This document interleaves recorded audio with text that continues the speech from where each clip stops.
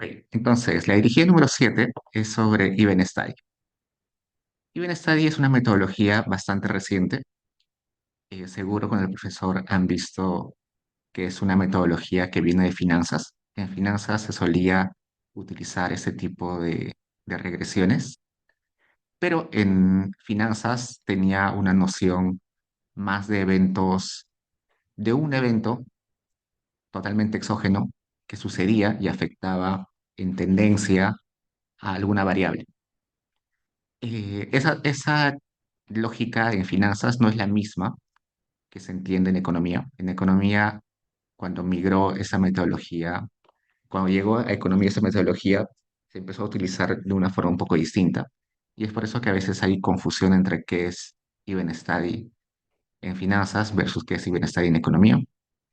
Con el profesor seguro han visto esta guía de Miller, una guía introductoria de los modelos de Even Study que hace un resumen de los tres tipos de Even Study que existen. Uno de ellos es la típica de finanzas y que es la metodología que se explica en el capítulo de Even Studies del libro de FX. Acá tiene una tablita donde tiene los tres tipos de Even Study que se encuentran en la literatura. Uno de ellos es el que aparece en el libro de FX cuando está en el capítulo de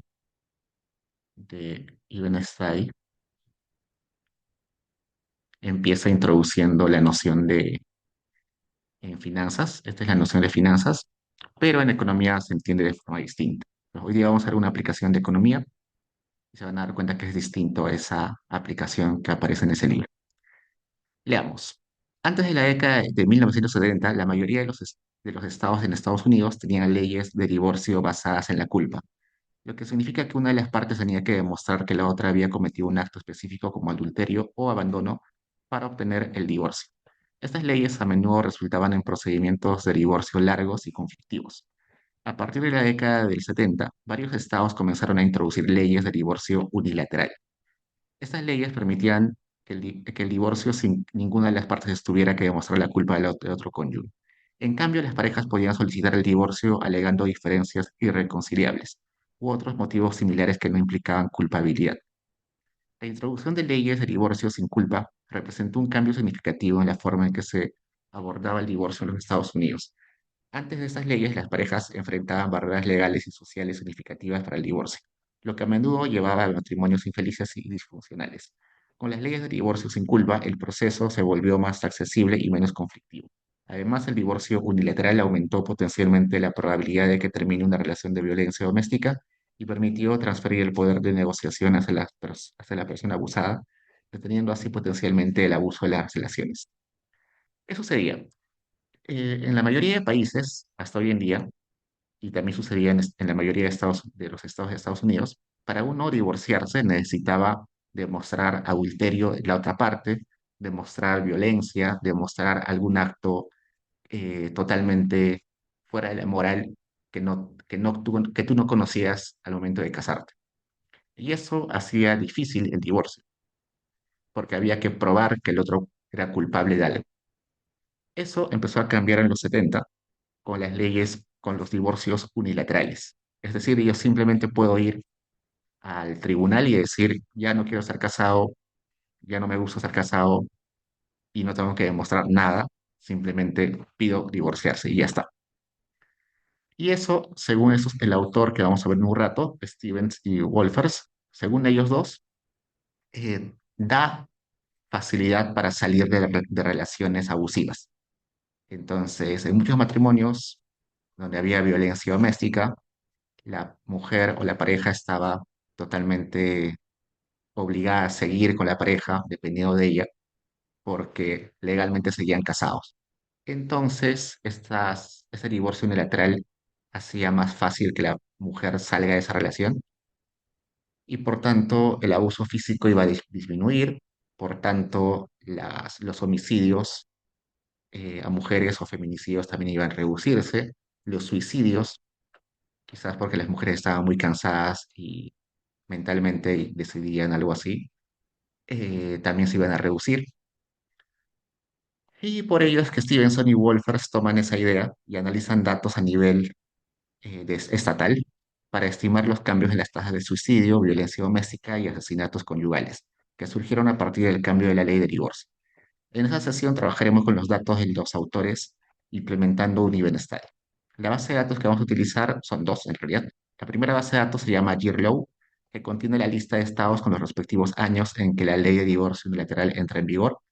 Las variables de esta base de datos son STFIPS, que es el código del estado o condado en Estados Unidos, State, el nombre del estado, NFD, año en el que la ley entra en vigor, y la otra base de datos se llama Data Stevenson Wolfers, que contiene los datos sobre suicidios en un año, número de muertes por homicidio en un año, ingreso per cápita anual en dólares, desde el año 64 hasta el año 96. Entonces, vayamos a la base de datos. Abrimos acá el do file.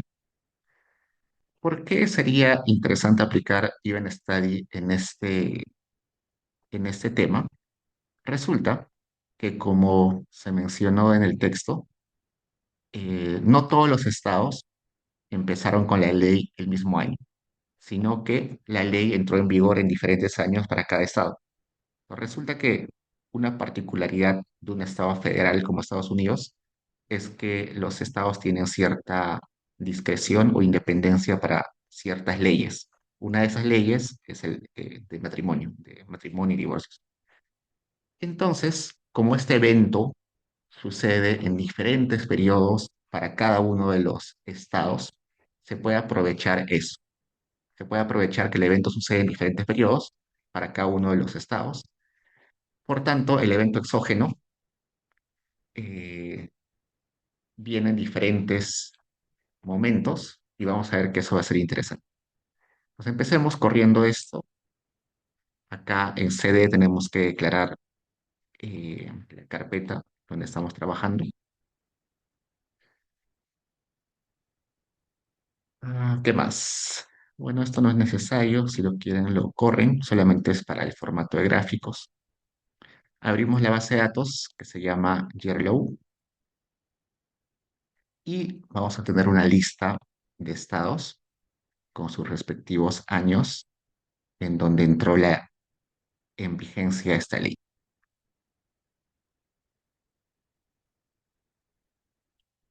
Y mientras va cargando,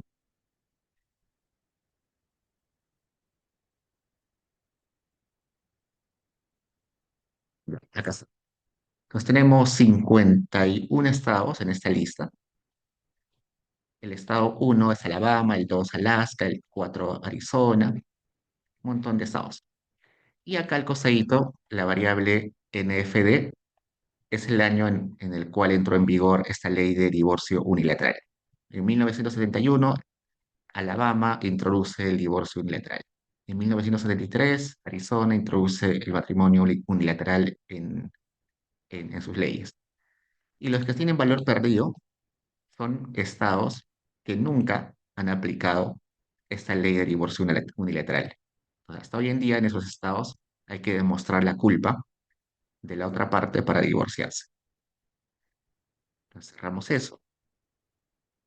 Vamos a ver qué estado ha sido el primero en implementar esa ley. Carolina del Sur en 1969, junto con Kansas, en el mismo año, fueron los primeros en introducir el matrimonio unilateral. Y los últimos son Illinois y Dakota del Sur, que lo implementaron en el 84 y en el 85 respectivamente.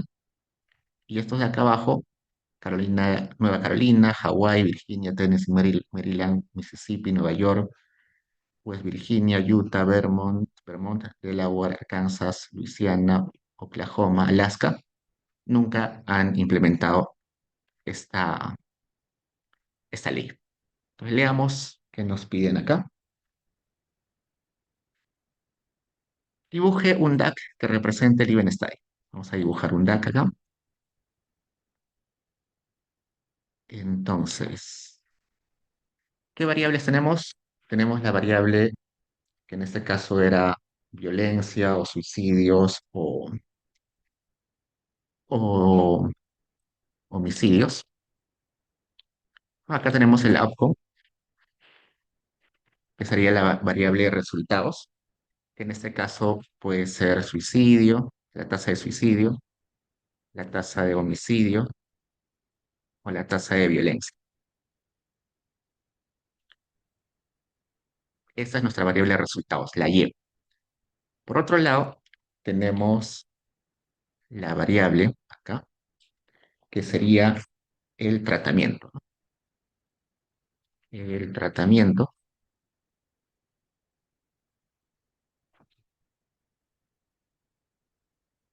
que en este caso es la ley de divorcio unilateral. Ley de divorcio.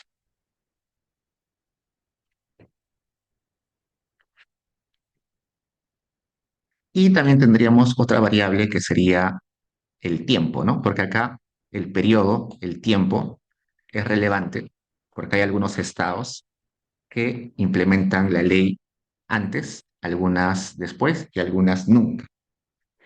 Entonces vamos a poner acá el tiempo. Ok, y vamos a ver las flechas. Insertar flecha acá. Entonces, el tiempo. ¿Qué sucede con el tiempo? El tiempo, es decir, el año, el periodo en el cual estamos estudiando, determina si estamos antes o después de, del periodo de inicio de la ley. Vamos a poner acá, se le llama pos.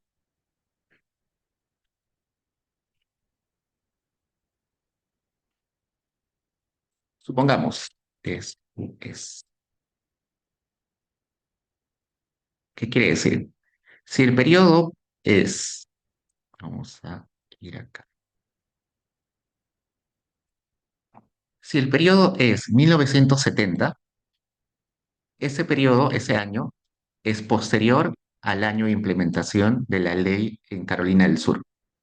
Entonces, si estamos agarrando el año 1970, el tiempo de 1970, eso es un periodo después, post, de la implementación de la ley. Y como es un periodo post, entonces ese periodo post está diciendo que el tratamiento sí está activo para ese estado. Y como el tratamiento está activo para ese estado, la ley está activa para ese estado, en teoría debería haber algún efecto en las tasas de suicidio, homicidio y violencia. Otro ejemplo. Dakota del Norte. Si estamos agarrando el periodo 1970, entonces Dakota del Norte todavía no había implementado el divorcio unilateral.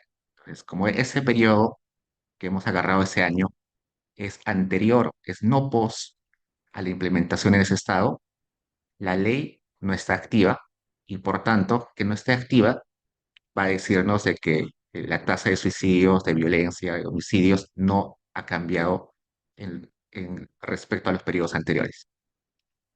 Entonces, a eso se refiere estas flechas. El año que estamos utilizando o el año que estamos analizando o el año de nuestra observación determina si estamos antes o después de la implementación de la ley. Si estamos posterior a la ley, entonces la ley está activa. Que la ley está activa quiere decir que debe haber algún efecto, algún cambio en las tasas de suicidio, homicidio, violencia. Si el periodo que estamos agarrando, el año que estamos teniendo de la observación, es anterior a la fecha de inicio de la ley, quiere decir que el tratamiento está inactivo, no está activo. Como no está activo, las tasas de suicidio, homicidio, violencia deberían no tener cambios con respecto a los periodos anteriores. ¿Y qué más? Eh, y acá quizás falta esta flechita de acá, una flecha,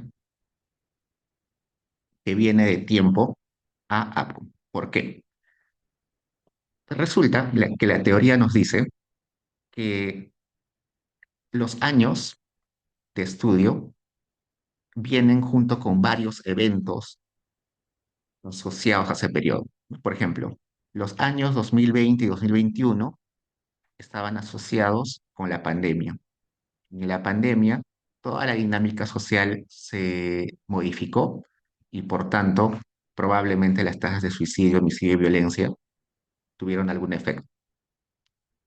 Probablemente estábamos en un periodo de crisis económica, porque hemos elegido años de 2008, 2009, y como las crisis económicas tienen efectos generales para todos, eso puede haber afectado en la dinámica social y por tanto puede haber cambios en suicidio, homicidio, violencia. Entonces, por eso es que hay esta flecha. Los periodos, los años de observación vienen junto con con un conjunto de contexto que puede afectar a esto. Entonces, ese sería el DAC para este Evenstein. Acá me preguntan, el post no debería ir después del tratamiento porque antes después. Lo que pasa es que el tratamiento, que esté activo o que no esté activo, depende de qué año estemos observando. Si estamos observando el año 1968 de Dakota, de Carolina del Sur, entonces es un año anterior a la entrada en vigor y por tanto en esa observación el tratamiento está inactivo. Entonces tienen que ver cada una de las filas, ¿no? En esta observación, supongamos que acá estoy estudiando en una fila, estoy estudiando la tasa de homicidios en el 68. Como la tasa de suicidios del 68 está antes del periodo de inicio de la ley, entonces el tratamiento está inactivo. Si estoy estudiando 1970 para ese estado, estoy observando un periodo después de entrada en vigor de la ley y por tanto el tratamiento está activo. Pues ese es el DAC, un DAC simple para, para este bienestar. Ahora en la parte 2 me piden, escriba la ecuación que usted cree que los autores estimaron. Entonces, veamos. Vamos a poner acá la ecuación. La ecuación en Even Study es un poquito más compleja de lo habitual por lo siguiente. Vamos a... ¿Dónde están mis ecuaciones?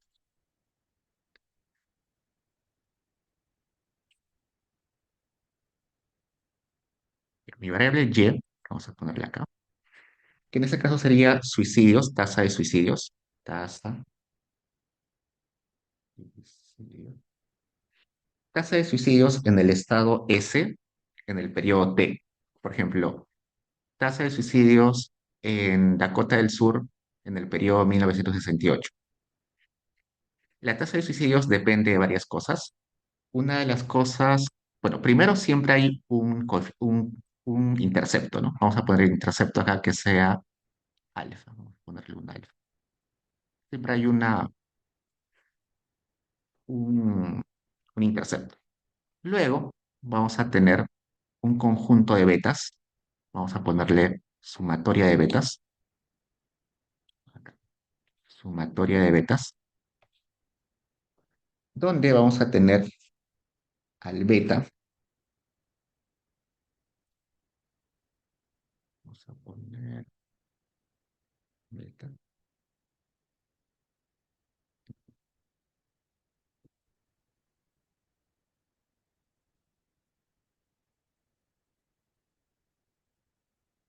y acá voy a poner que acaba de cero, aprovechando que tenemos acá, vamos a ponerlo con todo el detalle, hasta el -2. Y acá, tratamiento, que en este caso sería ley, ¿no? Si la ley está activa o no está activa. Simplemente T. T de tratamiento, que es si la ley está activa o no está activa. T es 1 si está activa la ley en ese año y en ese estado, y 0 si no está activo en ese año y en ese estado.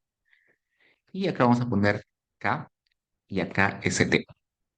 Ahora la pregunta es, este T, que es si la ley está activa o no está activa, es para el periodo que estoy observando T y para el estado que estoy observando S.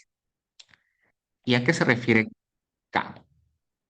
K aparece en este modelo porque K es la distancia al inicio del periodo de vigencia. Vamos a poner acá. Insertar ecuaciones. S es el estado, T es el periodo y K es la distancia temporal o en años al inicio del tratamiento, en este caso al inicio de vigencia de la ley.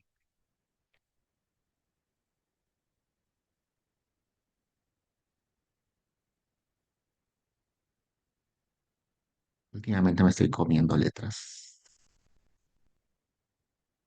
Ah, ya.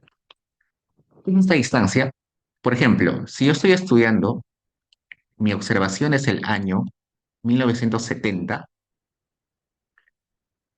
entonces el K para este estado sería 1, porque es un año después de la entrada en vigor de la ley en Carolina del Sur.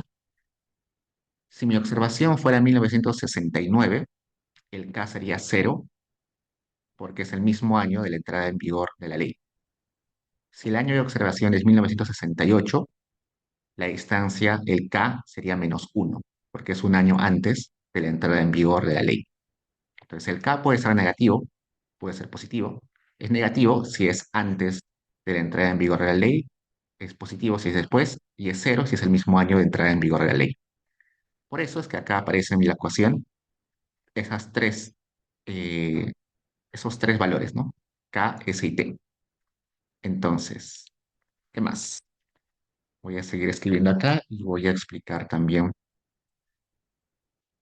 por qué aparece sumatorio.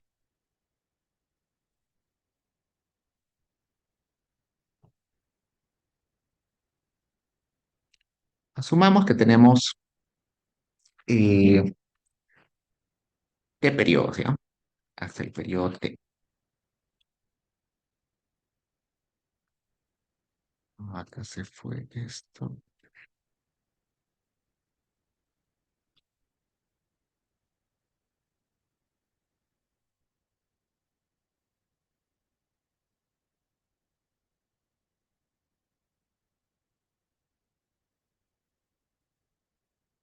Sí, ese -2 voy a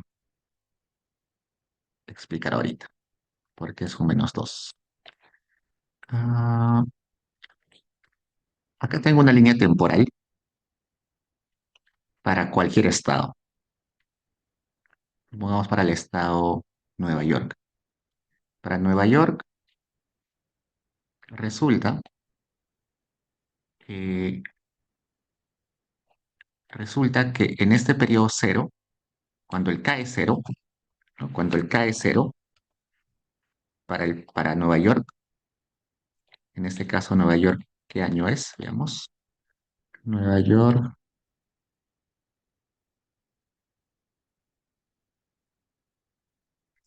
no lo encuentro.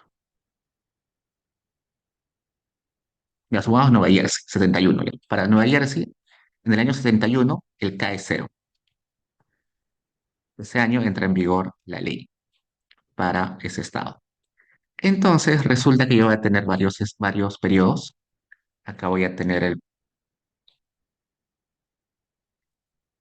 un año antes de la entrada en vigor, 2 años antes de la entrada en vigor, 3 años, 4 años, 5 años. Todos esos son periodos anteriores a la entrada en vigor de la ley. Y también voy a tener periodos posteriores, un año después de la entrada en vigor,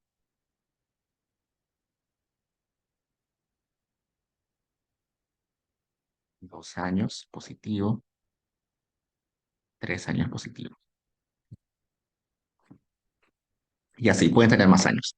Resulta lo siguiente, que si yo tengo mi tasa de suicidios para este periodo, para para cada uno de estos, en teoría, Estos años del -4 al -1, la tasa de suicidios no debería cambiar, debería ser más o menos igual porque no hay ningún choque exógeno, ¿no?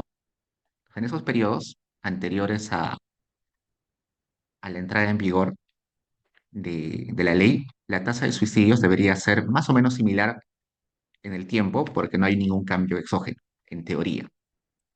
Por tanto, estos años, el beta de estos años, nos debería salir no significativo, porque no hay nada exógeno que haga que estos años sean atípicos. Mientras que los años posteriores, el 1, 2, 3, inclusive el 0, deberían salir betas significativos, sea positivo o negativo. ¿Por qué? Porque desde el año 0 está activo la ley. Y como en el año 0 ya está activa la ley, la tasa de suicidios en el año 0 ya debería haber experimentado algún quiebre. Entonces vamos a ver en un rato que los betas del anteriores deberían ser 0 estadísticamente, y desde el año 0 hasta el último año deberían ser significativos.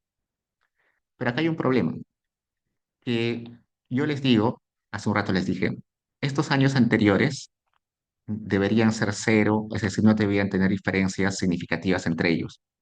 Estos años sí deberían tener diferencias significativas y por eso nos debe salir significativo la regresión. Pero, ¿diferente a qué? La tasa de suicidio, ¿diferente a qué debe ser? Tenemos que encontrar o tenemos que elegir un año base, un año de comparación. Como el año 0 ya es un año donde está activo la ley, se tiene que elegir cualquier año anterior a la ley, anterior al K0. Y por eso es que se suele utilizar el K-1 como año base. Es el año de referencia. Entonces, las tasas de suicidio del K-2 debería ser estadísticamente igual a la tasa de suicidios del K-1. La tasa de suicidios del K-3 debería ser estadísticamente igual a la tasa de suicidios de este periodo -1. Y en la tasa de suicidios del -4 debería ser similar al del -1. La tasa de suicidios del K0, donde ya está activa la ley, debería ser significativamente distinta a la tasa de suicidios del K donde es -1. Y todos los demás también deberían ser distintos a la tasa de suicidios de este periodo. Entonces, el K igual a -1, el periodo anterior a la puesta en vigencia de la ley, es el año base. Eso se podría elegir cualquiera de los años en cualquiera de estos años, pero por convención, la mayoría de papers utiliza esto. Por eso es que cuando yo pongo acá -2, lo que me está diciendo es que voy a utilizar todos los periodos desde que el K es el periodo T0.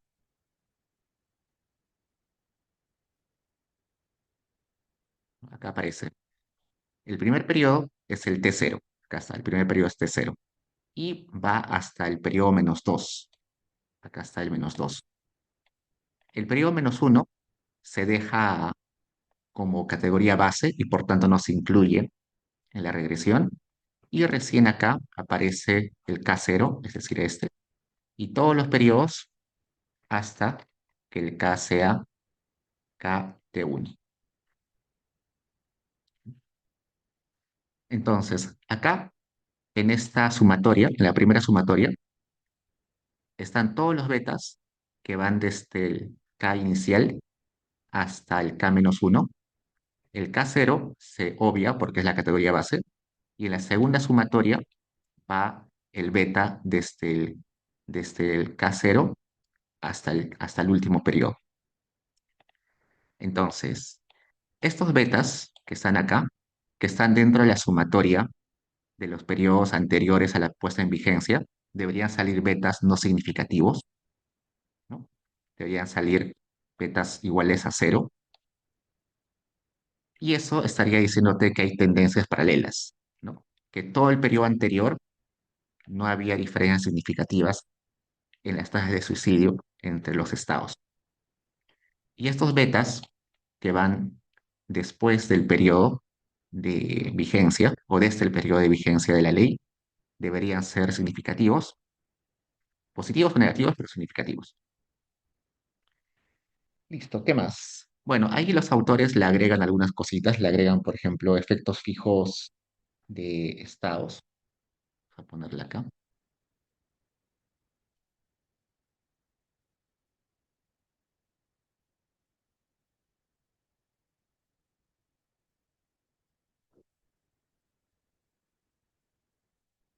Vamos a poner,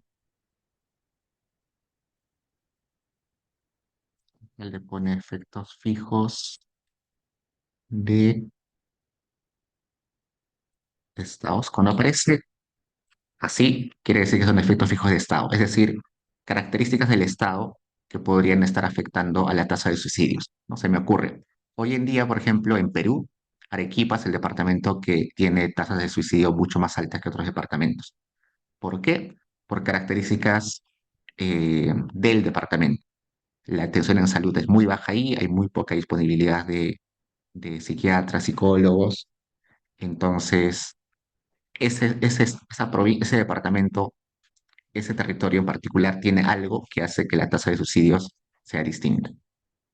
También hay efectos fijos temporales, que acá lo han puesto así, porque probablemente exista algún tipo de evento en cada año. Cada año puede venir con algún evento en particular que afecte las tasas de suicidio, ¿no? Por ejemplo, la pandemia, estuvo en unos años, en 2 años en particular, 3 años en particular, donde hizo que las tasas de suicidio aumenten.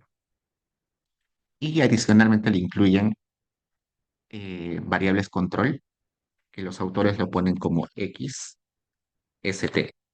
Todas las demás características de los estados en cada uno de los periodos que pueden afectar a la tasa de suicidios. Y finalmente le ponen los errores, ¿no?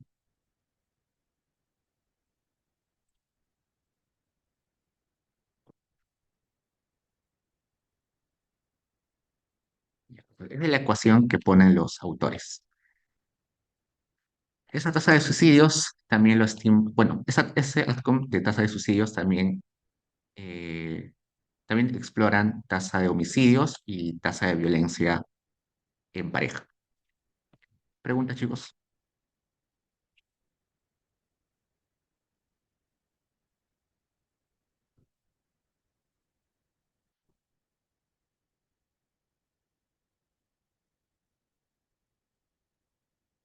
De hecho, yo tengo algo rápido.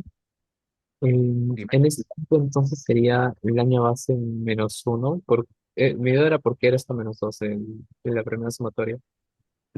No, porque el beta del -1 ya no se incluye. Si te das cuenta, acá saltamos de -2 a 0. Ujú. Entonces estamos saltando el -1 porque si incluimos el beta del -1 por multicolinealidad, no se Sí, puede estimar todos los betas, ¿no? claro.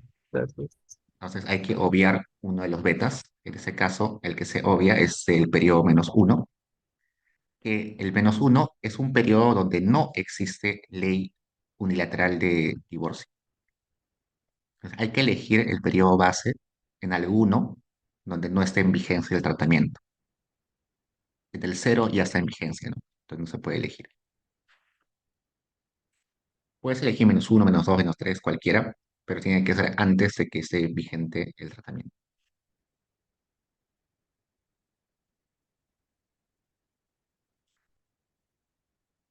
Bueno, chicos, ¿alguna pregunta más?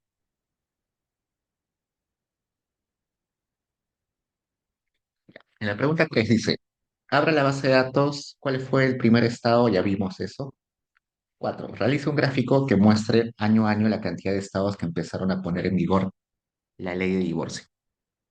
Pues acá voy a generar una, una variable que, que ponga uno, puros unos, y voy a decir, cuéntame cuántos unos en esta variable hay para cada año.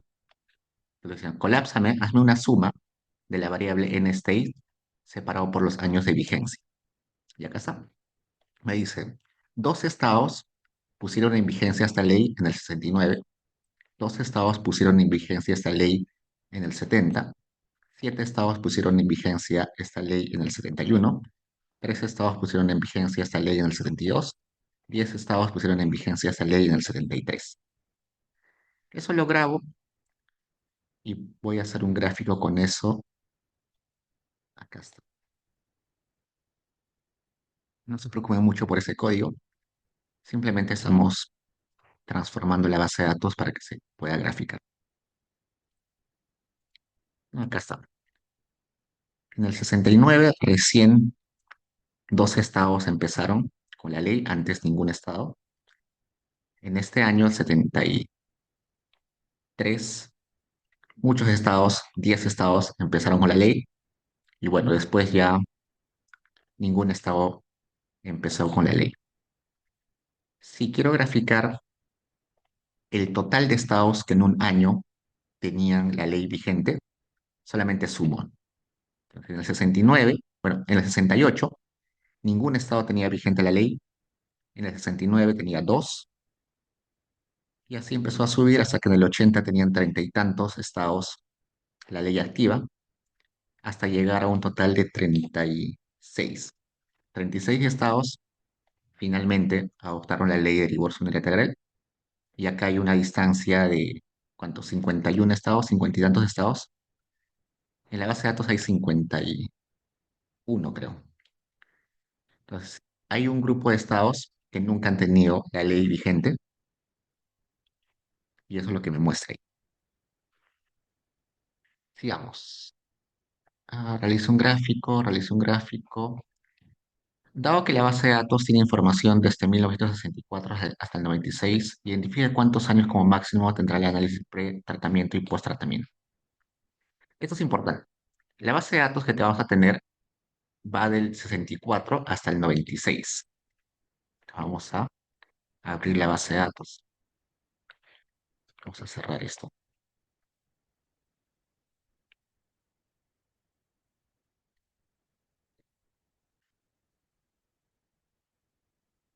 Recuerden que el primer año, el año 69, es el primer estado. El primer estado en el 69 es el primero de los estados que adopta la ley, lo hace en el 69. Entonces, en el 69 vamos a tener un estado que va a tener información para todos los periodos posteriores hasta el año 90 y, ¿qué año es? 96, hasta el 96. Para ese estado que era, no me acuerdo qué nombre era, el primer estado era Kansas y South Carolina. Para South Carolina, vamos a mejor ir al gráfico porque es difícil de explicar acá.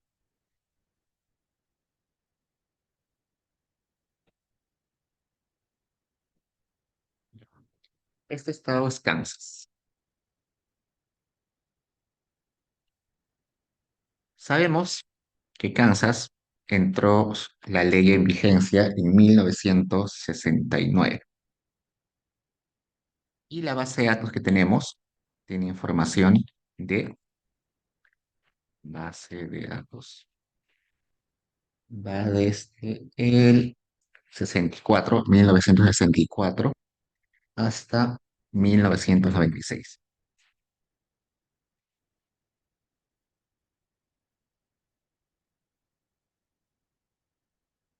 Entonces vamos a poner acá 1996. Ese año entra en vigor. Y la base de datos está disponible desde 1964 hasta el último año, 1996, 1969. 69. Ya, la pregunta es, para ese estado que fue el primerito en adoptar la ley, ¿cuántos años pre-tratamiento tiene y cuántos años post-tratamiento tiene? A ver, sumemos o contemos. Periodos pre-tratamiento tendría en total el 64, 65, 66, 67, 68, solo 5 años.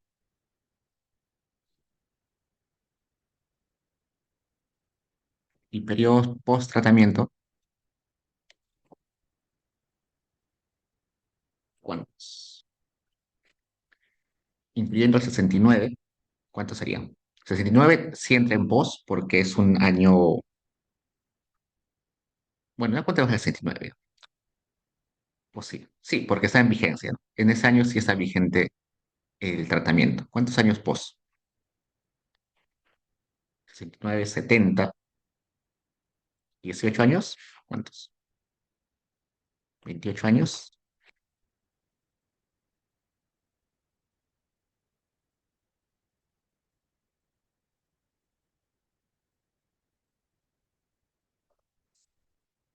si no me equivoco son 28, ¿no?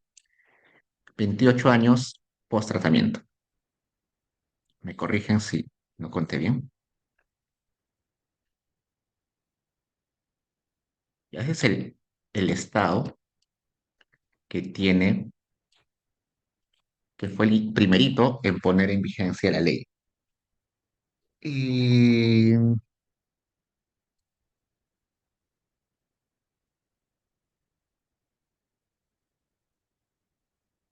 el último en poner en vigencia la ley fue, si no mal recuerdo, Dakota del Sur.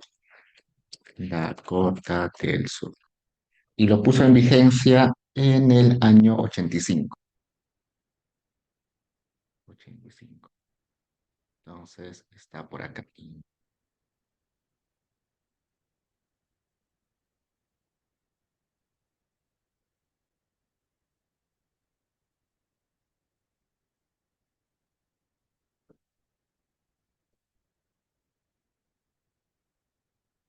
¿Cuántos años post tratamiento tiene? Incluyendo el 85.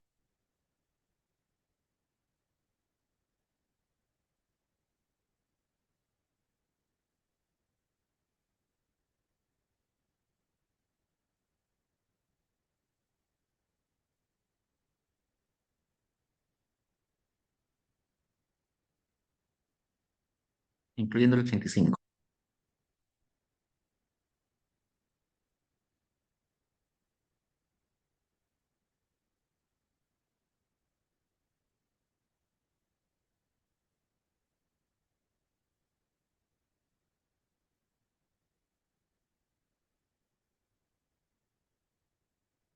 Y años pre-tratamiento.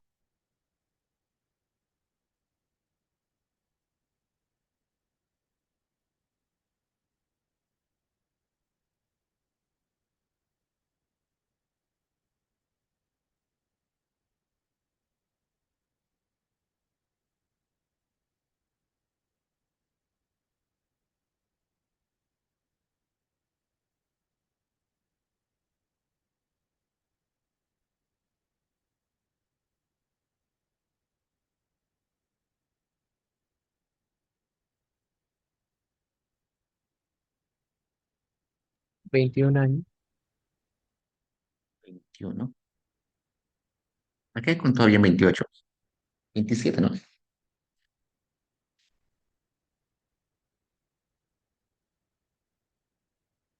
Ya, gracias. Ok, entonces acá tengo. ¿Por qué hice esto? Por lo siguiente. La cantidad máxima de periodos post que voy a tener es 27 y la cantidad máxima de periodos pre que voy a tener es 21. Eso está chévere. Porque mi base de datos tenía ¿cuántos años? Del 64 al 96. ¿Cuántos años son?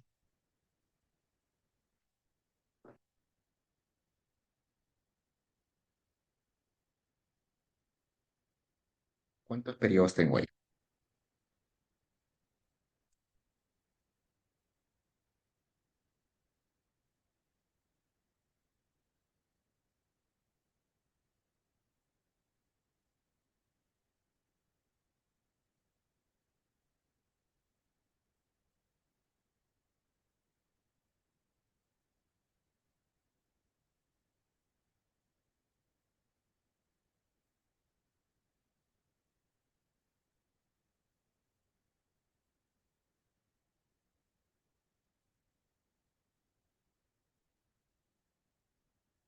32, 32. Entonces, mis periodos van a ir de 1, 2, 3, 4 hasta el 32.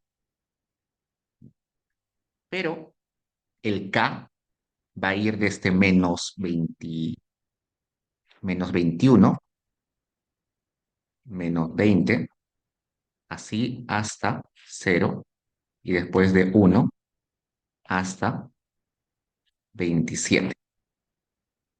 Eso es lo interesante eh, que hace Evenstay. Tienes solo 32 periodos en tu base de datos, pero vas a tener muchos más K, porque esas son las distancias con el periodo con el periodo donde entra en actividad o entra activo la ley. Y vamos a aprovechar ese K. Entonces, la cantidad máxima de periodos pre es 21, la cantidad máxima de periodos post es 27. Listo. Entonces, con eso vayamos a lo siguiente. Abrimos la base de datos de Stevenson y Wolfers, y acá tengo información del código del estado, el año de la observación, ASMRS, que es la tasa de suicidios, PCINC, simplemente PIB per cápita, ASMRH, la tasa de homicidios, y este es el cases, es simplemente un factor de expansión que no vamos a utilizar, pero igual está ahí. Ok, vamos a unir la base de datos. Como esta base de datos está a nivel de estados y a nivel de periodos, no hay información sobre el año en el cual entró en vigencia la ley. Acá voy a agregar una variable donde tengas información.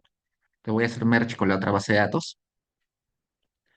Y acá tengo, entonces, esta observación es del estado Alabama en el año 64, pero este estado tuvo la ley en vigencia en el 71. Entonces, todos los que son Alabama tienen esta variable 71, porque en ese año empezó la ley de divorcio unilateral. Todos los que son Arizona tienen en esta variable 73, porque en ese año empezó la ley de divorcio unilateral. En Arkansas está con valor perdido porque nunca tuvo ley de divorcio unilateral, y así cada estado tiene su información. Voy a borrar aquellos que no tenemos información. Hay algunos estados sin información, los borro nomás. Y acá voy a graficar a los dos primeros estados que implementaron la ley en el 69. Acá está. La tasa de suicidios en Kansas, que es esta línea roja, y la Granate, que es Carolina del Sur. Aparentemente, en ambos estados, la tasa de suicidios antes de la entrada en vigor aumentaba poco, y luego, en tendencia de largo plazo, caía.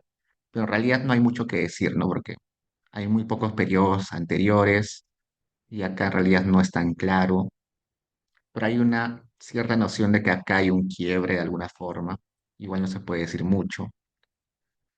En los últimos estados que pusieron en vigencia la ley está Carolina, Dakota del Sur, que acá recién puso en vigencia la ley. Igual no se puede decir mucho que haya habido un cambio estructural en ese momento, pero visualmente parece que acá estaba estable la tasa de suicidios y luego hubo un aumento. No se puede decir mucho. Sigamos, ¿qué dicen? Pregunta 10. Creo una variable llamada TRID que identifique las observaciones correspondientes a estados que adoptaron la ley en algún momento entre el 1964 y 1996. Entonces, la variable TRID es tratamiento que toma el valor de 1 si ese estado alguna vez, en algún periodo de estudio, ha tenido la ley de divorcio unilateral.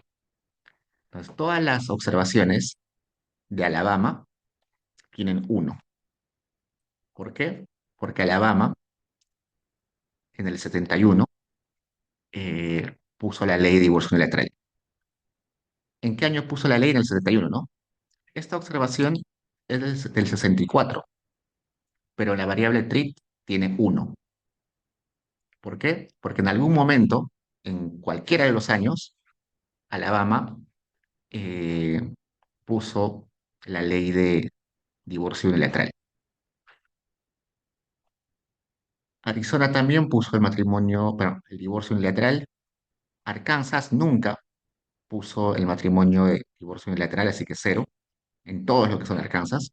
California en el 70 puso matrimonio unilateral, así que todas las observaciones de California, independientemente del año, tienen el valor de uno. Ese TRIT no es si esa observación corresponde a que estaba activo la ley, sino es que corresponde a un estado que en algún momento sí tuvo la ley de matrimonio unilateral. Luego voy a crear una variable que sea tiempo al tratamiento, time to treat, que es la distancia entre el año de observación menos el año de vigencia, de entrada en vigencia de la ley. Por ejemplo, acá me sale -7. ¿Por qué?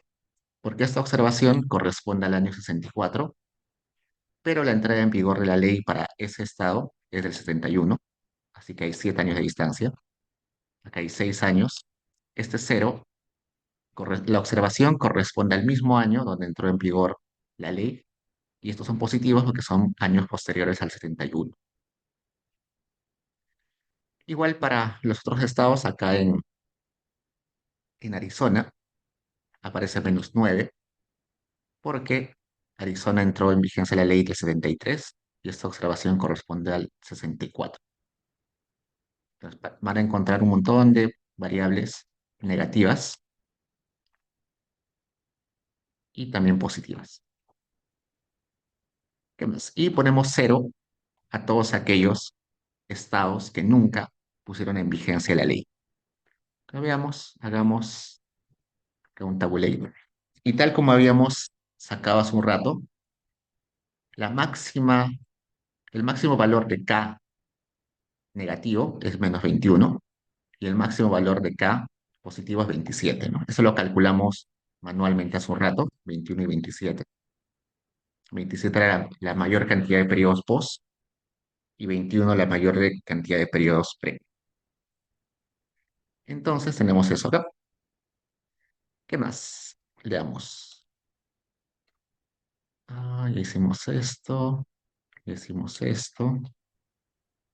Ya, la variable que acaba de crear tiene un problema. Stata no permite utilizar factores que tengan valores negativos. Así que vamos a reescalar.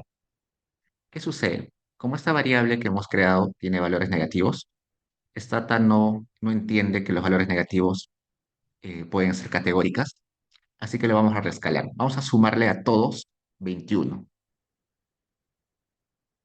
¿Para qué vamos a sumarle a todo 21? Para que, para que todos los valores sean positivos o ceros. Entonces, lo mismo. Entonces, la distancia -7 reescalado ahora es 14. La distancia -6 ahora reescalado es 15. Y así. Solamente le sumo 21 a todos para que salgan positivos. Nada más. No hay ningún problema. Luego, realice un gráfico donde presente la tasa de suicidios en cada estado donde el eje sea time to treat. Encuentre algún indicio en las tasas de suicidio. Acá ponemos. Hazme un gráfico de línea con la tasa de suicidios y el periodo, el tiempo, la distancia al tratamiento para cada estado y pon una línea en el número cero, una línea vertical.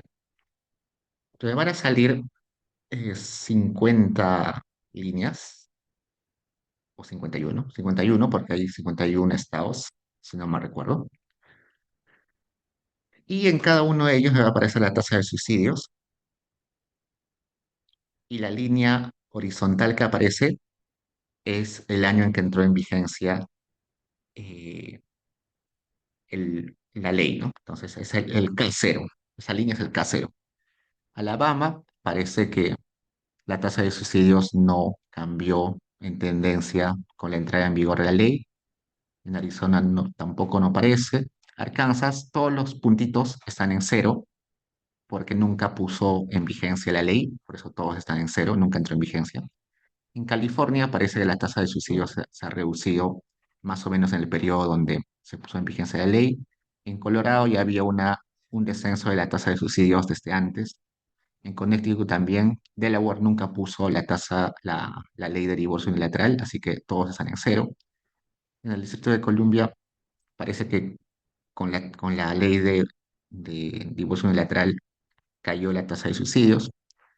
En general, no se puede decir mucho así visualmente, porque hay estados donde la ley parece que no tuvo ningún efecto, en otros parece que sí hubo eh, un descenso moderado, pero no se puede decir más que eso. Entonces, pasemos a lo siguiente. Use la metodología de Study para estimar si la ley tuvo algún efecto sobre la tasa de suicidios. Entonces, ¿qué vamos a hacer? Bueno, este es otro grafiquito. Antes de hacer el método, acá está. Todo lo que están acá en el centro son las observaciones de los estados que nunca pusieron la ley en vigencia.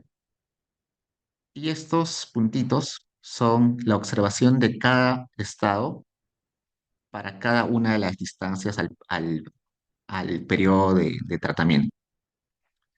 O sea, distancias negativas y distancias positivas. Algo que quiero que se den cuenta es que en el centro, en K0, se acumulan muchas observaciones. Mientras uno se va alejando a negativo o se va alejando a más positivo, la cantidad de observaciones se va reduciendo. Y ese es un problema importante en Even Study. Vamos a ver que en nuestra estimación eso va a traer un problema enorme, porque si se dan cuenta, acá en -21 solamente hay una observación. ¿Se acuerdan que acá dijimos que para cada K vamos a sacar un beta? Acá el primer K va a ser el K -21, ¿no? Según lo que hemos visto, el mayor periodo hacia atrás es el periodo 21. Así que yo tendría que tener un beta para el K20 -21. El problema es que acá en -21 solo hay una observación. ¿Cómo puedo sacar un beta con una sola observación? Acá con 20 para el K -20 tengo solo dos observaciones. ¿Cómo voy a sacar un beta con dos observaciones? Se puede, pero no es confiable, ¿no? Mientras más pequeña es la cantidad de observaciones, peor es el error estándar, más grande es el error estándar. Para los betas que están acá, donde hay un montón de observaciones, los betas se van a hacer confiables con un error estándar chiquito, pero para esos betas que están acá en los extremos, los betas no van a ser tan confiables porque hay muy pocas observaciones. Acá supongo que estamos en el 27, en el K igual a 27, en el periodo post 27, y solo hay dos observaciones. Entonces, igual va a ser un poquito difícil hacer estimaciones para ese beta con solo dos observaciones. Listo, entonces vamos a instalar este comando que se llama reghdfe, que simplemente es un comando para hacer efectos fijos, pero con un montón de categorías. ¿Se acuerdan que hemos visto en la clase anterior less square dummy variables? Que lo que te decía es sacar efectos fijos, incluyendo dummies. Ese, me- ese, esa metodología de less square dummy variables, cuando uno tiene muchas dummies, cuando uno tiene muchos periodos, se recomienda utilizar este comando. Reght, no, ahí dice. Regresión lineal con efectos fijos múltiples, solamente es efectos fijos. La diferencia con el efecto fijo que hemos visto en la clase anterior es que el efecto fijo que se calculaba en la clase anterior era un efecto fijo con periodos. Acá no me está importando mucho el periodo. Acá lo que me está importando es la distancia al tratamiento. pero la metodología en sí es parecida. Solamente que en efectos fijos de la semana anterior, lo que me interesaba eran los periodos. Ahora lo que me interesa es la distancia al inicio del tratamiento, es el K. Y en la semana anterior, cuando quería estudiar esto, lo que hacía era agregar una dummy por cada uno de los periodos. Como ahora a mí me interesa esto, voy a agregar una dummy por cada uno de los K, desde el K-21 hasta el K-27. Y eso es lo que estoy haciendo acá. Estoy diciendo, hazme efectos fijos para explicar la tasa de suicidios. Esta SHIP-TTT eh, era la variable que me decía la distancia al tratamiento. Y le voy a poner acá IB. ¿Por qué? Como es una categórica, esta variable SHIP-TTT es una categórica que va desde 0 hasta 20, hasta 50 y tantos, creo. Vamos a ver acá. ¿Ya?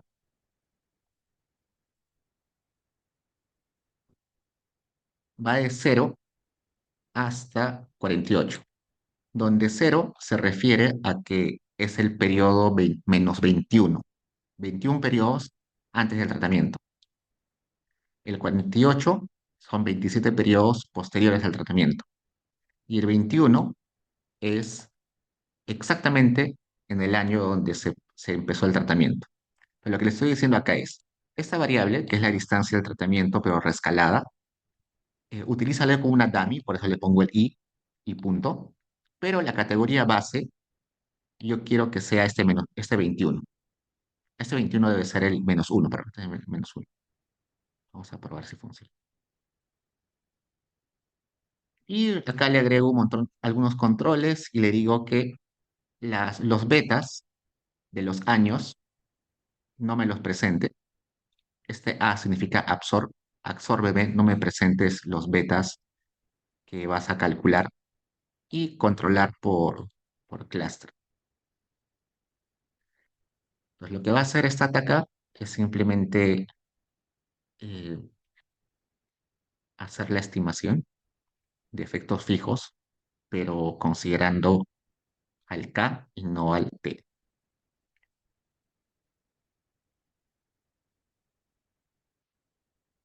Acá están los betas. Ya, este 21 debe ser 20, chicos, porque nosotros estábamos viendo que 20 tiene que la categoría base tiene que ser un año antes del tratamiento. El 21 es el año de tratamiento. El 20 debe ser el año anterior. Este debe ser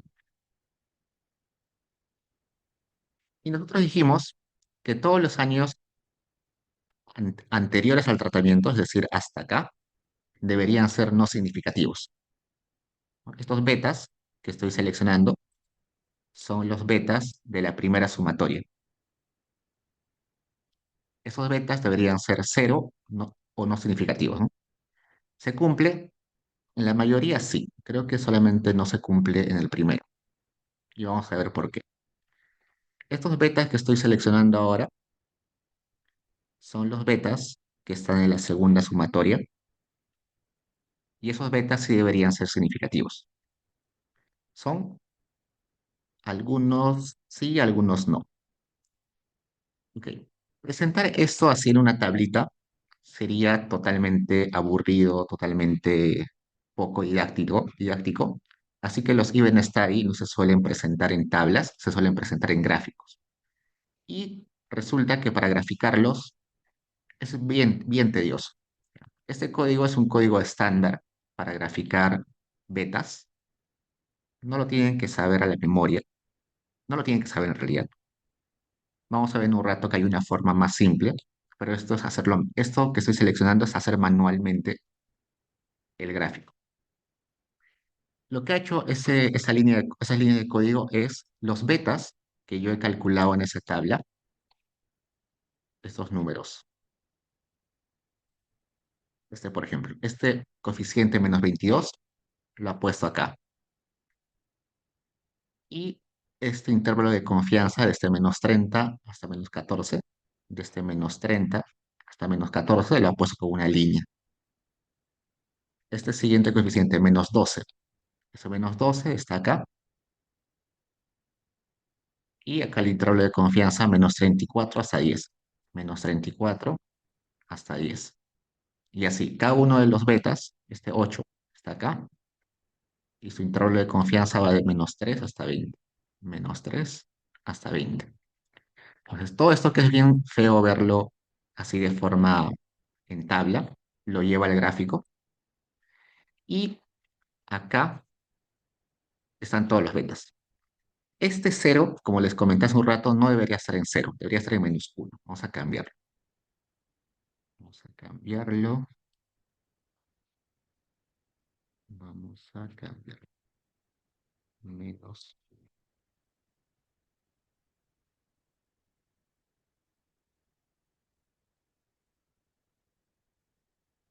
Ahora sí. Como se dan cuenta, el beta del -1 no tiene intervalo de confianza. ¿Por qué no tiene intervalo de confianza? Porque es la categoría base, es el periodo de referencia. En teoría, todos los betas anteriores a este punto deberían ser cero o no significativo. Acá me sale que hay un periodo que no es, que sí es significativo y negativo, y acá este que es recontra significativo y negativo. Pero, como les comenté hace un rato, para calcular este beta que estaba bien atrás, solamente había una observación. Por tanto, esta estimación no es tan buena. Pues mientras más atrás me voy, probablemente estos betas estén mal estimados. Pero en general, acá la mayoría está en cero, así que sí puede cumplirse o sí puedo decir que se cumplen tendencias paralelas. Es decir, que antes del tratamiento no existía diferencias significativas en la tasa de suicidio entre los estados ni entre los periodos. Luego, parece que no hay efecto recién en este periodo que es, ¿qué periodo es? 1, 2, 3, 4, 5, 6, 7, 8, 9. En el periodo 9, 9 años después, parece que sí ha habido una reducción asociada a que, asociada a este cambio de ley.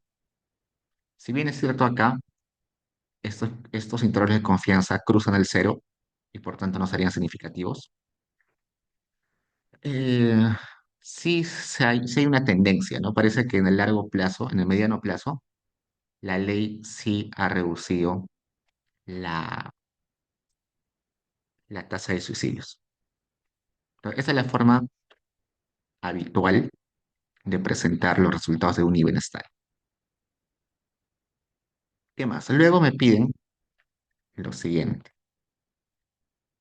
Utiliza el comando event.dd para replicar el resultado anterior. Resulta que todo esto que les mostré acá era hacer una regresión de efectos fijos, luego esos betas con sus intervalos de confianza, ordenarlos y ponerlos en un gráfico. Se puede hacer de frente con el comando event.dd, pero tienen que instalar. Entonces vamos a correr de vuelta todo esto y vamos a instalar acá ssc install event.dd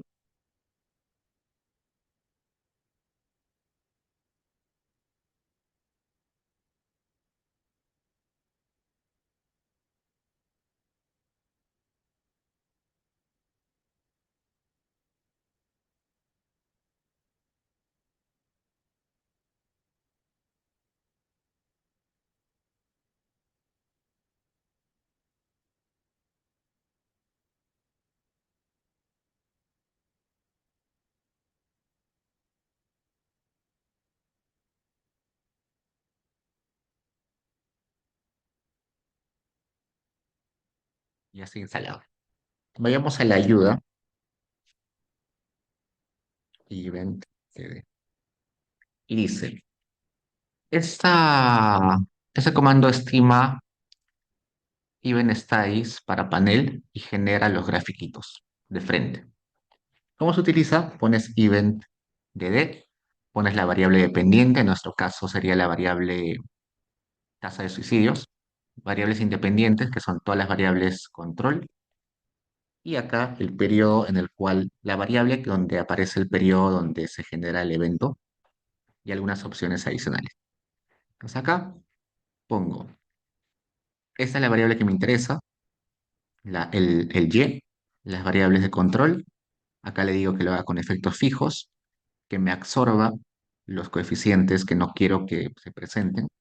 Y acá le digo cuál es la variable donde me presenta la información de la distancia al tratamiento. Y le pongo en las opciones que lo grafique.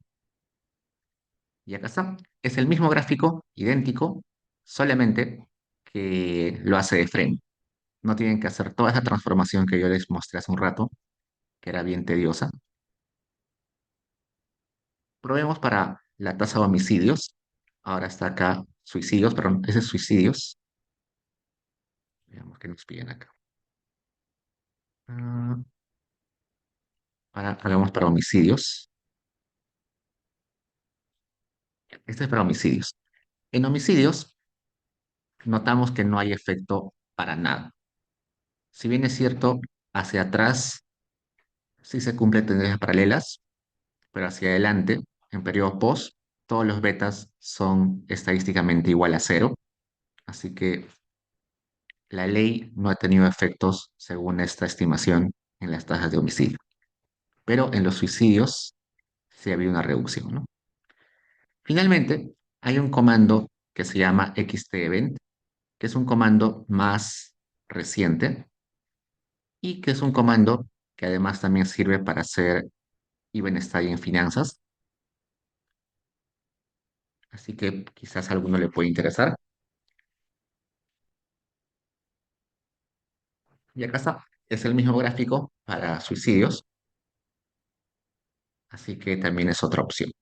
Entonces, acá les hemos presentado tres formas de, de aplicar el método. Uno que es la manual rudimentaria, otra que es EventDD y otro que es XTEvent. ¿Cuál es la ventaja del XTEvent? Lo siguiente. Cuando yo corro el XTEvent, acá abajito del gráfico, me sale esto,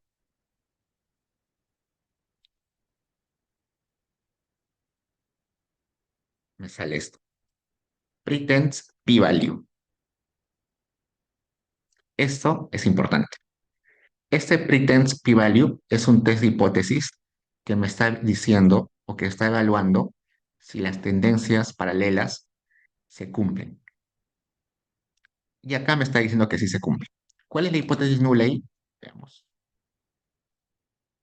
En ese test, la hipótesis nula es que los betas del pre, todos los betas pre-tratamiento son, eh, son iguales a cero o son distintos a cero. Iguales a cero. Son distintos a cero. Son distintos a cero. Y el H alternativo es que los betas pre son iguales a cero. Esas son las hipótesis nula y alternativa de este test de tendencias paralelas. Como el p-value es menor a 0,05, entonces rechazo esto y me quedo con esto. Entonces sí se cumple que los betas antes del tratamiento son iguales a cero, por tanto se cumple tendencias paralelas. Ese test no te lo daba los otros comandos, así que por eso puede ser una ventaja de que esté. Ese mismo test, pero más completo, está acá, así que también lo pueden chequear ahí. ¿Hasta ahí preguntas, chicos? Sí, una pregunta. Hasta ahorita las tres formas de representar los tráficos son equivalentes porque el primer tráfico recuerdo que no, que sería significativo para el lado de después del tratamiento. No, no, no. Los tres van a salir igualitos, solamente que acá he estimado suicidios y acá homicidios. Ah, ya, entonces,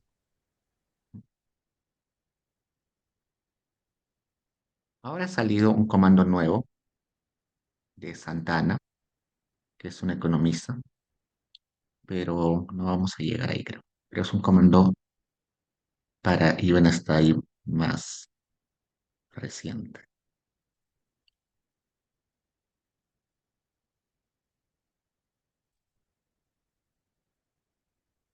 Hoy día somos 11, ¿no?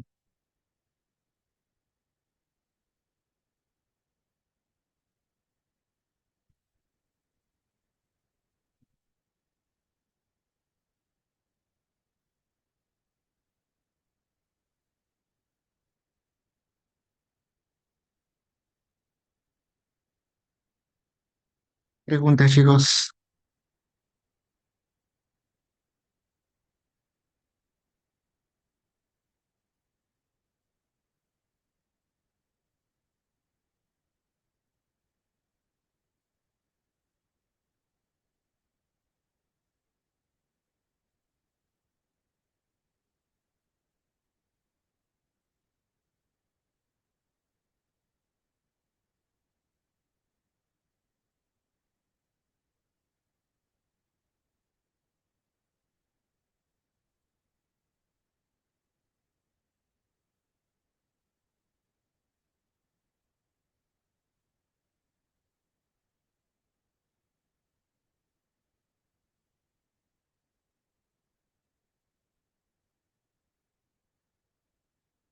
De la semana anterior, como corrimos un poquito, me salté la interpretación, así que eh, voy a darle 5 minutos a la interpretación de la semana anterior, ¿sí?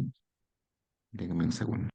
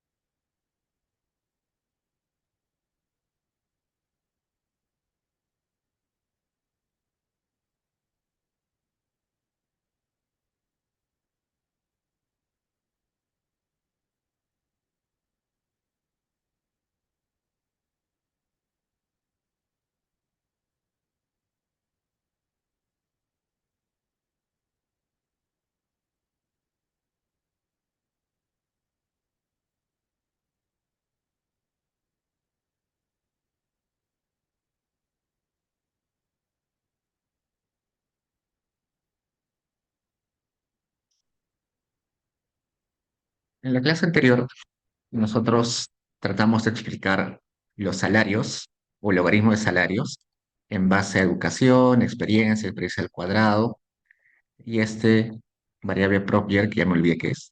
Pero veamos, ¿qué sucede? Ustedes recuerdan que en econometría uno, en fundamentos, cuando hacían corte transversal, su beta se interpretaba como el efecto marginal de una variable sobre otra.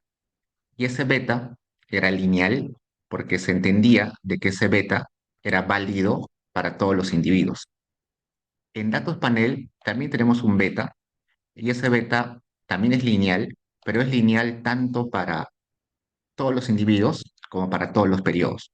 Entonces, ese beta, que es el efecto marginal eh, para las variables X con respecto a las Y, es válido para todos los individuos y para todos los periodos.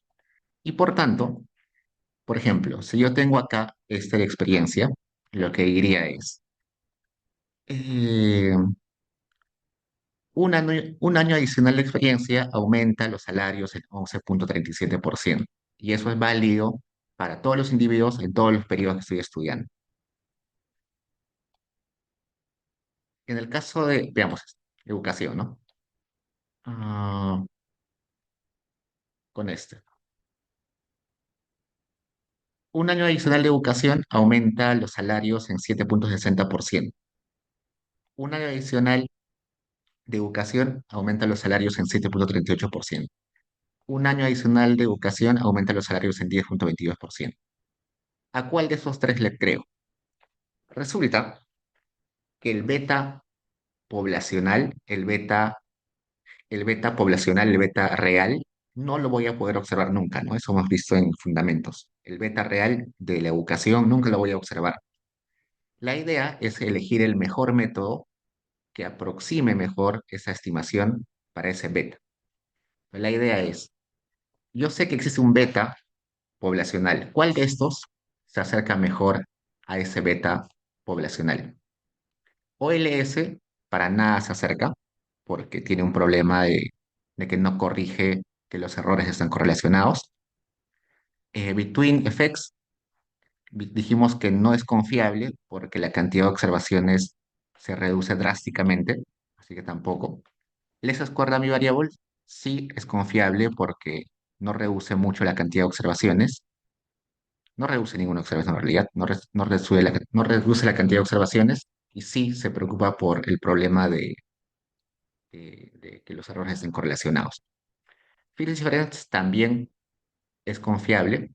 El problema con Field Difference es que como hago una resta con el promedio de la variable educación, y educación es una variable que no se mueve en el tiempo, ese beta no lo voy a poder calcular, por eso sale omitido. Y acá también con el within effects, como esa variable educación no se mueve en el tiempo, me estoy volando el beta de esa educación en la transformación.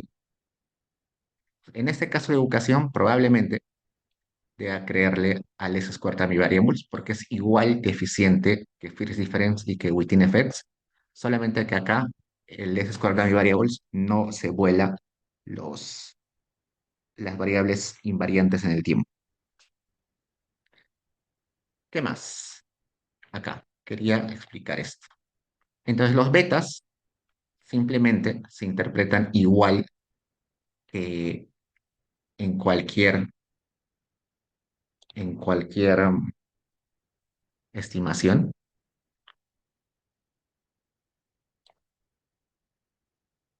pero acá apareció algo nuevo que nosotros no habíamos visto o no habíamos entrado en detalle otras clases, que es que las variables estén elevadas al cuadrado.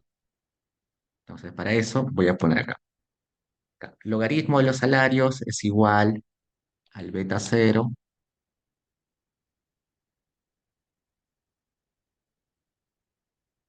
que es el intercepto, más beta uno multiplicado por educación, más beta 2 que es educación al cuadrado,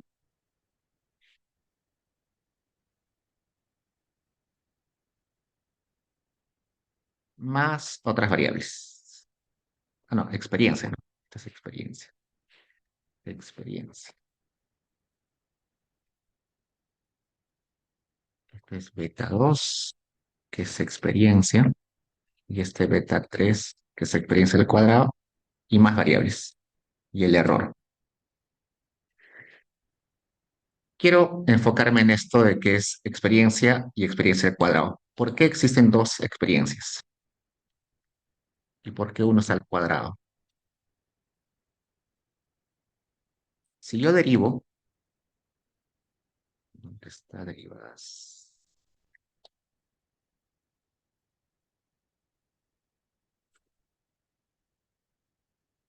Si yo derivo logaritmo de los salarios respecto a experiencia, me va a quedar beta 2 más dos veces beta 3 por experiencia. ¿Qué quiere decir eso? Resulta que el efecto marginal de la experiencia sobre el logaritmo de los salarios tiene una parte, un efecto directo y un efecto indirecto. Es decir, cada año adicional de experiencia sí te contribuye en una parte fija, en una parte que sí o sí va a suceder, el beta 2. pero dependiendo de cuál sea tu experiencia inicial, ese efecto total puede variar. Por ejemplo, el primer año de experiencia que ustedes tengan al salir de la universidad va a ser muy valioso, ¿no? Porque, no sé, ustedes terminan la universidad y su primer año de trabajo es, no sé, en un banco. Ese primer año de experiencia es muy enriquecedor porque van a aprender un montón, todos los días van a estar expuestos a nuevos conocimientos, a nueva gente. Entonces, si es tu primer año de experiencia, tu primer año de trabajo, de experiencia, probablemente va a tener un impacto enorme en tus capacidades, en tu salario. Pero si ya están en el año 50 de experiencia y quieren adicionar un año más de experiencia, probablemente ese año adicional de experiencia ya no es tan valioso, ¿no? Ya conocen todo lo de su trabajo, ya conocen a toda la gente con la que trabajan, ya conocen sus labores, ya es repetitivo, entonces ya no es tan valioso un año adicional de experiencia. Y eso es esa es la información que está dando acá. El efecto de la experiencia sobre los salarios tiene una parte fija y una parte variable. Si ese beta 2 es positivo y ese beta 3 es negativo, ustedes van a tener esto.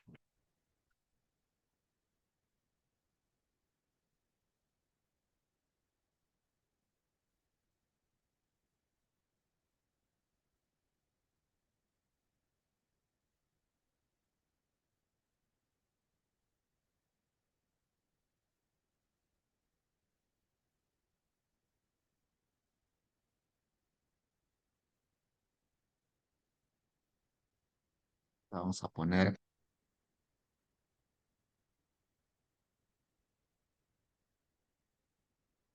salarios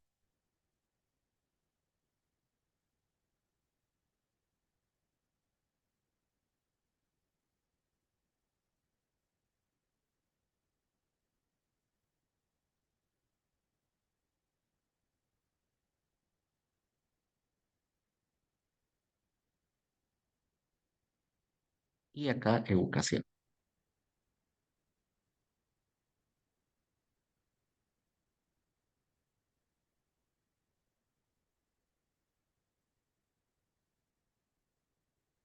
Experiencia.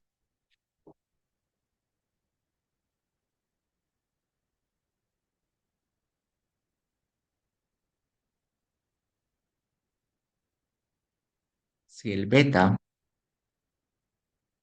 2 es positivo y el beta 3 es negativo, van a tener esta forma. Uy. Es decir, rendimientos marginales decrecientes. El primer año contribuye un montón a tus salarios, el segundo año contribuye un poquito menos, el tercer año contribuye mucho menos, y puede llegar a un momento en el cual un año de experiencia ya no contribuya tanto a no contribuye nada a tus ingresos, a tus salarios. ¿Qué pasaría si al revés? Pero si el beta 2 es positivo y el beta 3 también es positivo. Si sucede eso, sucedería lo siguiente. ¿Cómo cambio esto?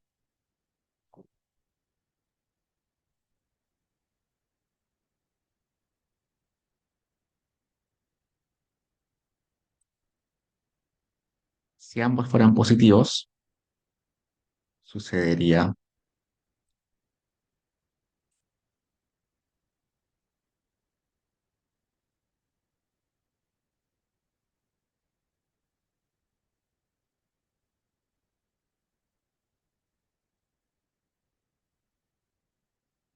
esto. Cada año adicional de experiencia te genera explosivamente más y más efecto en tu salario, ¿no? Esto si fuera beta 2 positivo y beta 3 positivo. Si beta 2 fuera negativo y beta 3 también fuera negativo, ¿cómo sería? Sería ah,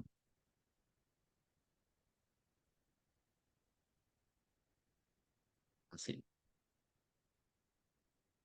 El primer año de experiencia te reduce los salarios en mucho, y luego te va reduciendo, pero no tanto como antes. Si beta 2 fuera negativo y beta 3 fuera positivo, entonces tendrías así.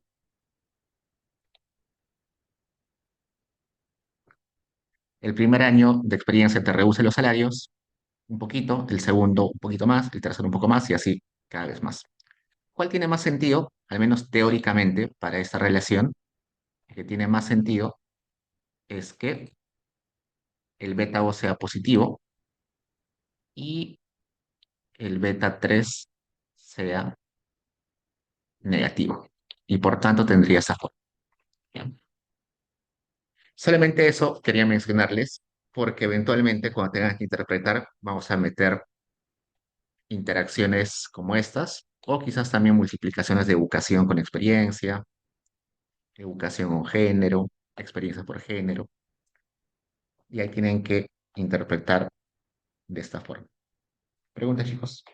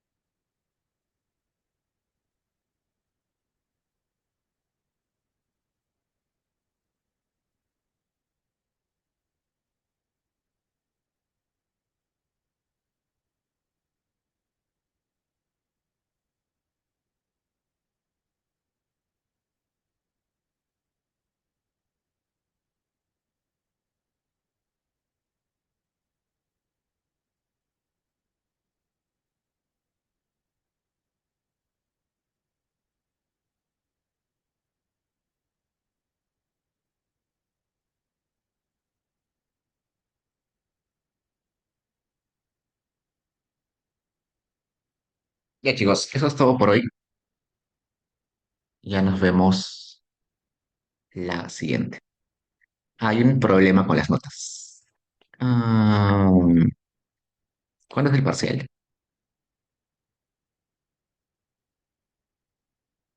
¿Qué día es el parcial? Ah, bueno, si es el jueves, sí. Antes del parcial tiene las notas.